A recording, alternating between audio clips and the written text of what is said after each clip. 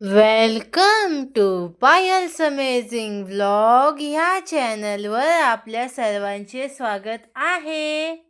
आज आपण घरच्या साहित्यात उडपी हॉटेल सारखा सांबार मसाला कसा बनवायचा ते पाहणार आहोत. तर चला रेसिपीला सुरुवात करूया.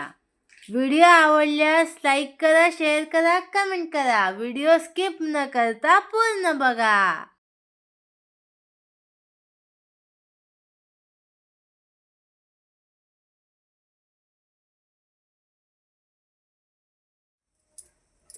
आज आपण सर्व सामग्री टीस्पून आणि टेबलस्पून हे मोजणार आहोत.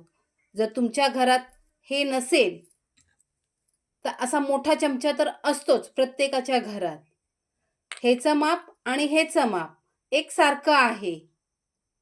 टेबलस्पून म्हटलं की हा मोठा चमचा आहे. पोहे खाण्यापेक्षा मोठा चमचा आहे. तर आता आपण सर्व सामग्री या टेबलस्पूनने मोजणार आहोत. हे 2च चमचे आपल्याला लागणार आहेत. 2 टेबलस्पून चणा डाळ, 2 टेबलस्पून उडदाची डाळ, 5 टेबलस्पून धने घेतलेले आहेत, 1 टेबलस्पून काळी मिरी, 1 टीस्पून मेथी दाणे घेतलेले आहेत, 1 टेबलस्पून जिरे घेतलेले आहे आणि एक मोठी वाटी भरून कढीपत्ता घेतलेला आहे. हा कढीपत्ता मी सुकवून घेतलेला आहे. तुमच्याजवळ जो कोणता कढीपत्ता असेल तो वापरला तरी सुद्धा हरकत नाही, कारण हा कढीपत्ता आपण भाजून घेणार आहोत, म्हणजे ह्याला कुरकुरीत करून घेणार आहोत. हे बघा, तुम्हाला मी आवाज ऐकवते कसा कुरकुरीत करून घेतलेला आहे मी. त्यातलं जर पाणी असलं ना तर आपला मसाला खराब होऊ शकतो, म्हणून मी ह्याला कुरकुरीत करून घेतलेला आहे. 1 टेबलस्पून राई घेतलेली आहे आणि 1 टीस्पून हिंग घेतलेलं आहे. हे सर्व साहित्य आपण टेबलस्पून टीस्पून ह्याच्याच मापाने घेतलेलं आहे.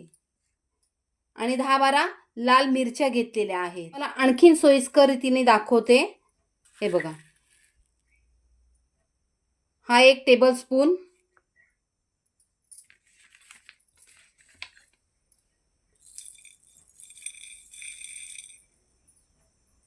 झाला ना, घरातला चमचा आहे त्याने मोजून घेतलेला आहे. हे 5 टेबलस्पून धने घेते,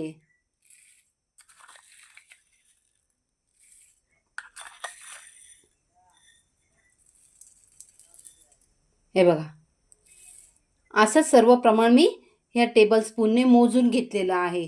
म्हणून सांगते, जर तुमच्याजवळ हे नसेल तर तुम्ही घरातला असा मोठा चमचा वापरला तरी सुद्धा चालेल. आता आपण हे सर्व सामग्री व्यवस्थित अशी भाजून घेणार आहोत. तर सर्वात अगोदर आपण ह्या सुक्या लाल मिरच्या भाजून घेणार आहोत. जास्त वेळ नाही लागत, पटापट सगळं भाजून होतं.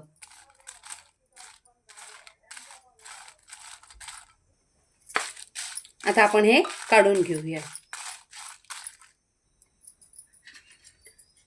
आता आपण चणा डाळ भाजायची. जास्त भाजण्याची गरज नाही, फक्त नॉर्मली गरम करायचं आहे त्यांना आणि लगेच काढून घ्यायचं. अशी गरम झाली की मी आता ह्यांना काढून घेते. उडदाची डाळ ती पण 2 मिनटं अशी गरम करून घेऊया.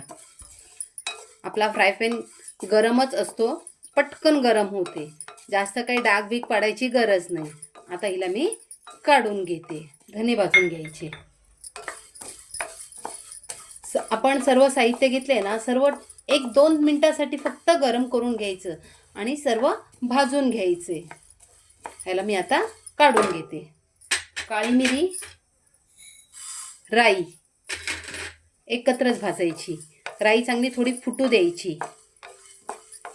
मग त्यातच आपण जिरे पण भाजणार आहोत, पण राई फुटेपर्यंत 2 मिनिटं लागतात, म्हणून राई आणि काळी मिरी एकत्र भाजायची.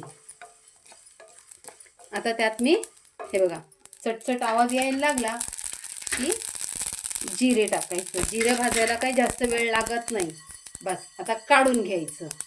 मेथी दाणे 1च सेकंड फक्त असं टॉस करून घ्यायचं.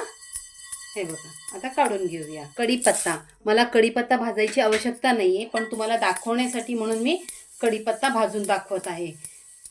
तुमचा जो ताजा कढीपत्ता असला की त्याला असं 2 मिनटं भाजून घ्या, म्हणजे कुरकुरीत होईल. मी ऑलरेडी त्याला कुरकुरीतच करून घेतलेला आहे. हे बघा कसा मस्त कुरकुरीतच आहे माझा कढीपत्ता. आता ह्याला काढून घेऊया. मैत्रिणींनो, आपण घेतलेली सर्व सामग्री भाजून झालेली आहे. तुम्ही जर खडा हिंग वापरणार असाल तर तो अवश्य भाजून घ्या थोडासा, त्याने आपला मसाला टिकण्यासाठी मदत होते. मी ह्या पावडर हिंग घेतलेला आहे वनदेवीचा. आता आपण हे सर्व साहित्य थंड होण्याची वाट बघूया आणि थंड झाले की मग मिक्सरमधून फिरवून घेऊया. आता आपण सर्व सामग्री आपण मिक्सरमधून वाटून घेऊया.